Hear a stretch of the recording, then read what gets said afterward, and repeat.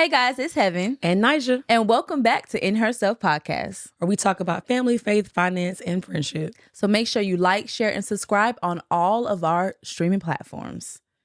That was a terrible intro. That was a terrible intro. Like I forgot what I was supposed to say. And you say this every week. It's okay. You got it though. They know what I was getting ready to say. Because that's what I say now. So on today's episode, we are talking about the responsibilities of influence. What does that mean? That sounds like it's heavy. Well, earlier this week, I was watching an interview. I think it was Tamron Hall, but Dante Bowe was on there. Okay. And he was just explaining how he, got, I don't want to say got in trouble by the Christian community, but he posted something that they felt like was inappropriate. And then now he sings R&B music. But when I was watching it, I felt bad for him because I felt like he was forced to go over into R&B music because that's where I felt like he probably felt more comfortable or safer, or they wouldn't, because nobody really pushes anybody out of the R&B community. But I feel like they pushed him out of Christian community because he wasn't doing what they wanted him to do, because the mistakes that he was making, they were like, okay, well, we don't want you over here no more because you got to be perfect. So wait, are you saying that he posted a picture and then he decided to make a move into the R&B, or so he was in the group Maverick City? I guess I should slow down. He was in the group with Maverick City. That's a Christian gospel group for those who don't know. And then, sure, maybe things happened before this, but I know that he was stating in the interview he posted a picture that was inappropriate, and then he posted a video singing secular music. He was like with his friends, just posting video. It was the video, the song was in the background. He wasn't actually singing it. Yeah. They ate him up about that. And then he said, okay, now I'm just going to straight go to R&B music. Like, that's what I want to do. But he was saying, I'm still a Christian guy. I just sing R&B music. Still saying I love God. To me, what I heard was I love God, but I'm safer over here. Right. I feel like a lot of people leave the church because they feel more safe in the world or in the capacity outside of the church's boundaries, because Christians, not all, some religious people are very, very, very judgmental. And I think that in this topic, it can be really, really go left, right, all the way around the world with it. But I'm saying that regarding to him, people leave the church all the time. I've experienced church hurt. It didn't make me leave the church though. You know what I mean? So I think we was talking about this earlier before we started recording this, it's about branding. And at the end of the day, had he started singing R&B first and then went into Christian music, it probably wouldn't be as bad. He can kind of jump back and forth. I don't think he should have left though. I think he should have stayed as a Christian artist. Right. But imagine trying to have or be that influencer. So all influencers want some level of, you're doing a good job, or I love what you're doing, so I'm gonna follow you. That's just what it is. But when you get to the point where the people that are following you, who you are supposed to be influencing, don't care about you no more, they not rocking with you no more, you're gonna move somewhere. But who were these fans that were not? Because he still had a strong following. People were asking where he was, especially when Maverick said he went on tour. Like, Dante Bowe has a distinct voice, just like Chandler does. So it's like, know what I mean? That cared about his heart. But when you thinking about that, a lot of people go off of cons more than pros. Like, you have 3 people that say, you know what, you're doing a good job, it is what it is. But 10 people say, no, like, we straight on you, you're going to try to figure out something else to please. A lot of influencers, instead of doing what they doing and letting themselves just be the influence, they tend to come down and try to fit in. Yeah. Because at the end of the day, everybody want to be accepted. That is the word I was looking for. They do anything to be accepted. So I'm not accepted in a Christian community, so I'm going to go over here and do R&B. But that is the level of influence. People, if I started doing makeup and my makeup not popping no more, I'm going to have to figure something else out, because I want a following. I'm going to go and say, all right, well, maybe I'll do nails and maybe people will follow me there and maybe I can influence somebody over there. So is our desire to just be an influence? Like, where did that come from? You know what I mean? Probably social media. I'm 1,000% sure. Well, I think even before social media, the desire to want people to be around you or to be accepted has always been a thing prior to that. I think it's more, magnified now Yeah. because we have it at the, tip of our fingers. But it's just like that acceptance thing is it can make or break you. Because what happens if you're starting something like, let's talk about makeup. So you said you want to do makeup and it's not doing the way you want it to do, or you're not being accepted, you go to something else. But what if it's just not the right timing and you Right. gave up something because it's not popping the way that the following should be, or the way you desired it to be?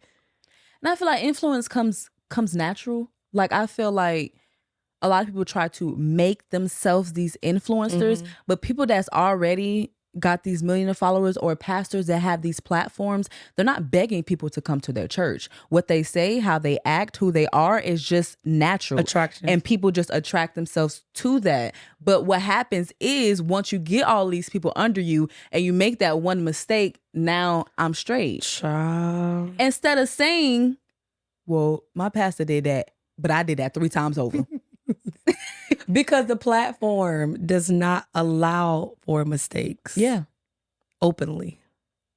And so a lot of times, and it's weird because at the end of the day, the way we see a pastor compared to a lay member, I'm just going to say a regular person, is 2 different standards. Like, and it's like that because even the Bible talks about, the pastors are held at a different accountability. They're held a different, the blood is on their hands, so rightfully so. However, you can be a mom, you can be a sister, you could be a friend, and that's a title too. And you have people following you. You have influences around you as well. It doesn't always have to mean that the influence is 1,000 people or 1,000,000 people. You could have 5. Right. And it's doing a lot, because the 5, you think about like this, the 5 that you have, that 1 out of the 5 could be the person to attract that 1,000,000. And so because they're connected to you, you are connected to millions. Yeah. I think that we ask God for grace, but we don't give our fellow people grace. Because again, I had to realize with parents, they're human. They're going to make a mistake. And you got to say, you know what? I expected more from you. But it's okay for you to mess up, because that makes me realize that you're a human and I may mess up too. I think a level of grace is given to parents when parents acknowledge that they made a mistake. Because sometimes as a parent, you don't want to admit that you dropped the ball. You just simply, I'm a parent, I'm an adult, you a child, oh well. That's how I was raised growing up. I don't recall having conversations of, my parents saying, let me apologize for saying XYZ. Well, you know what? Recently, my dad did, so I can't really say that. But as a child, I'm saying growing up, I did not. Right. Now with my kids, I definitely have those human moments. Yes, I'm your mother, but I'm also human first.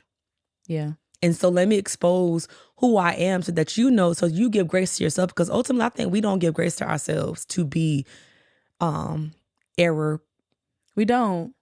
I know for me, I am sorry. Meaning, like, I will say sorry a million. Sometimes it's not even called for. But I'm like, I apologize, because even in that moment, I didn't mean to, or that's not what I desired. That's not how I desired to make you feel. But I think that's where we lack. Yeah. Is because, I did it. But it's like, sometimes it's like, so what? But so what? Like, you made a mistake. But how about, okay, I did this and this is what I should have done, and maybe you can learn from that. I don't know. But when you're an influencer, you can apologize all you want to. Depending on who their audience is, they will cancel Christmas. They will. That is crazy. But I think that just goes back to what you were saying not too long ago. If you don't have a level of identity for yourself, you're forcing other people to create it for you.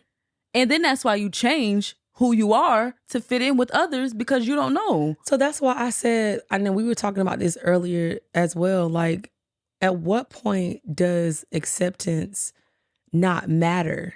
Because what happens when God told you something and you acted on what God has said? He opened up a door for you to do so, and you're not immediately accepted, but you know what he said.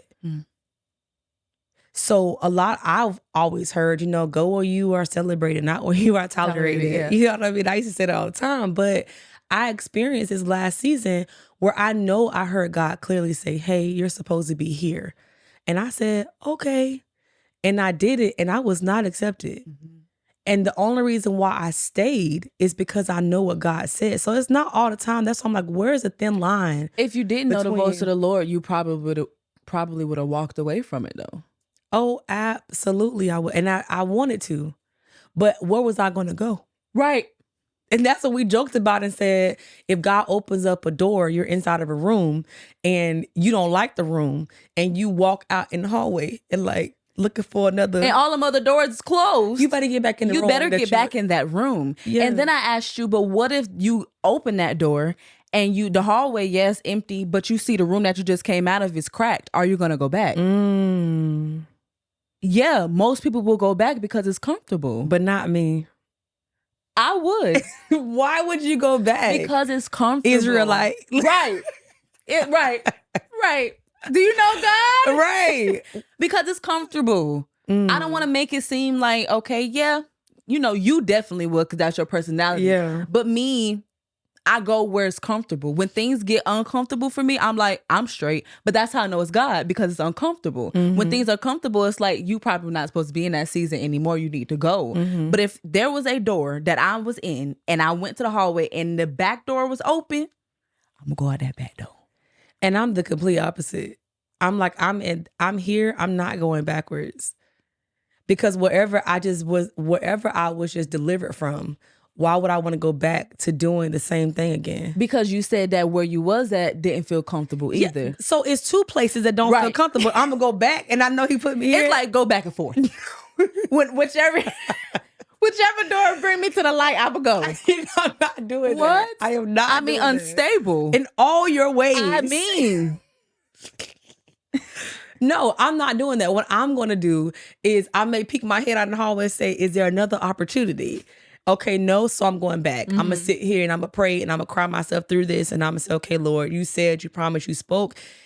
And I may look again and say, okay, so let me just settle here for right now until you decide this. And you know what happens most of the time when we settle in what God has spoken, even in the midst of it being thick, that's when he opens up another door when you don't want to go. Right. Now I'm like, I'm good now. I got friends, chilling. I got community, I got this. He's like, all right, now it's time. What? Yeah. Why didn't you tell me this 3 months ago or a year ago? And he's like, because the assignment is finished. What I needed to get out of you, I got. You were content in what you're supposed to do. You heard my voice. People were free to deliver unity. Whatever that assignment and that task was, it's done. Here's the next door. Yeah. And now you don't want to leave. Usually when you want to jump is when you should stay. And usually when you want to stay is when you should jump. Not all the time. But there are times. Because when it's comfortable and God is saying, okay, I need you to move. I keep thinking about this story of the transformation of an egg, right? And how, you can make it eat egg in different types of ways. And when you first have the egg the yolk is on the inside and it's not cooked. And the only way to transform that yolky egg, that slimy egg into something hard is to put it in pressure, in hot water.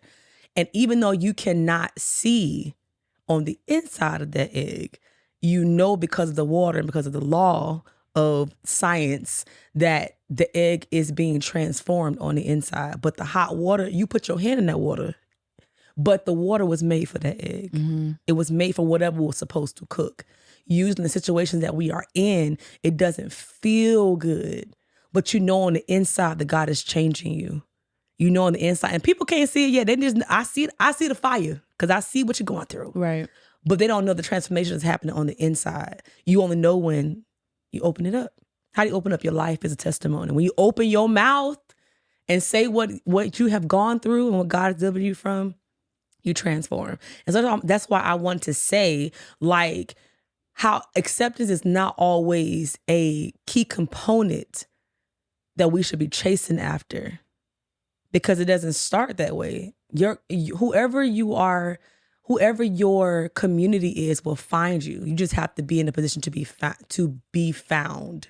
And if you lose it all, you still have to be content with who you are and whose you are. But why would you lose it all? say for instance, because, okay, we're talking about influencers, right? Some people have a strong influence one day, the next they don't. But again, they're basing their life off the people that's following them instead of saying, I'm content with who I am regardless of who's following me. If we get 500 followers tomorrow, my prayer is that we are content with the 2 followers that we started with. Absolutely. We didn't start it to be like, oh my God, I want 1,000 people to follow me and we're going to do it. If I make a mistake tomorrow, I'm still heaven. This is who I am. And I would love for y'all to still be on the journey with me, but I'm not counting on y'all for my identity or to know who I am. I count on God for that. And I think that is the big disconnect with a lot of the influencers that we have, is that it's like, who gave you the platform? God did. Depending on the situation. Let me put that out because sometimes it ain't him. Because the devil give y'all a lot of stuff and y'all take it and y'all run with it. Big facts. But Christianity and religious folk, specifically church, when you have these big platforms, give it back to who gave it to you in the first place, because you will get lost. And I still want to circle back to the mom of 1 or of 2 or of 5, or the student that is in school that has, it doesn't mean the number matters. If you are influencing of 1, that 1 could have 1 million people assigned to them. So you have been delegated with this task to influence well. Yep. You're changing generations. And I think that's why my mindset is, I agree with you 100%. Whether it's 500 followers, 500,000 followers, whatever it is, my influence is in this house. And so if I influence nobody else, if my children, my husband, my friends, anybody that's connected to me, they find purpose in when we're talking to each other or just my life, then I'm influencing well. It's not the impact is the fruit that remains. If what I said and what I'm doing in my life has impacted you in such a way that the fruit from your life is because of what I sowed, then I'm influencing well. That's what matters. You're going to attract regardless, because the anointing draws. Right. So I would definitely, it's a balance for sure. Because we got to be cognizant that I don't believe people that have these big platforms, I know it isn't easy. I know that you look in yourself in the mirror and sometimes don't even recognize yourself because you're trying to please all of these people. So I know, and that's why when I started the conversation, the title is Responsibility of Influence, because it's, to me, a hell of a responsibility. Yeah. To have these people, to carry all of these people. I mean, and then like we were talking about Dante Bo, you make the mistake and nobody loves you anymore. And not just him, there's been several people, several pastors, sure. and I don't even have to just say pastors. I mean, in capacity of, let's take it all the way back to Bill Clinton. Remember what he did with Monica? Yes. You know what I mean? The fact that we still talk about that today, it's just like, it's because, and that's why God does not elevate until your character lines up with the title. He will tell you a no, no, no, no, no, because he does not desire for the title to break you. He desires for you to be able to withhold and withstand what comes with it, because too much is given, much is required. And what is required is a lot of time, a lot of space to get to know who you are, your purpose, and your why. And as you stated, if they said, no, I'm straight, you have to know that that's okay. Right. And it's a check for them. Because if I'm following all these people and they make a mistake and I say I'm straight, well, I must be straight on myself too. Right. Because are you perfect? And that's what I mean by, we paint this picture of these people, they just supposed to be perfect. They never supposed to make any mistakes. But you're making the same mistakes, they're just hidden.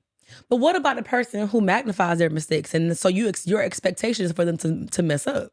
Then you can't let them down. And there's some influencers that do just that. Yes, they will. They'll get in front of the problem. I know it's going to come out that I cheated, but let me tell you something. I cheated. I just want y'all to know first, because I don't want no extra lies, nothing told. I'm going to tell y'all my truth and nothing but it. You know what? That is good. You know why? Because the reason why they fall hard is because you never expose them to your human nature. You put on this facade that you got it together. And don't. And so when people don't see your flaws, they view you as flawless. So when you become flawed, they say, you said you were flawless. That's what it is. That is what it is. Because if you knew me all day, you know what you see is what you get. Do you know if I cuss a little bit? If I do a little something, you're not gonna say you got me spitting. Oh my gosh. You're not gonna say, oh, she don't do that. No, you're gonna say, oh, that's okay, her. Right. And God's still working on her. And I don't like that. I don't like that because they do that to the Christian community. They let the Christians, they let people that sing secular music jump back and forth. We just talked about this with our producer Isaac. They jump back and forth. They're like, okay, it's good. God's still working on them. They're all right. But the moment in which a Christian go from hallelujah to shake that, it's a problem. Shake that. And they shaking it for their husband. They don't care. They don't care. They don't care because you're not supposed to do that. But your brand, what you put out there, it's not what. Don't be contrary. Tell me what I'm expecting. Tell me what I'm getting. That's good. Because whatever you tell me, I'm going to hold you to, I'm going to be accountable to your brand. Don't tell me that Jesus is Lord and that's all you saying. And then you go back and do something else and you never inform me because people don't like change when it comes to somebody else. Right. They don't like that. Oh, you've been wearing a red hat this whole time. What you mean about to put on the blue one? Right. Put that red hat back I'm not on. following you no more because you only wore a red hat. And you going to hell. Because red don't represent the blood, it represents fire. Right. That is crazy. It is crazy. It is crazy. I just want people that hold their influences up high to just reflect on themselves.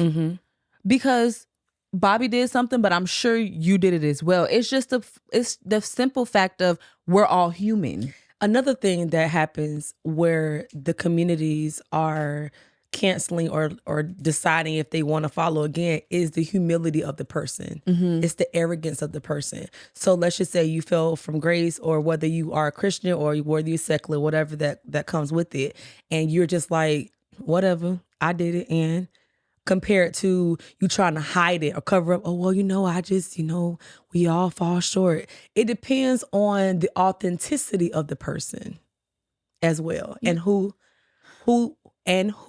their following is, in my opinion. I agree with you wholeheartedly, but I just also know people will get out there and tell a sob story. They'll cry, they'll weep, they'll do 1,000,000 interviews, and people are still like, I'm good. And again, what level of grace did you extend when someone else needed it? They must extend none.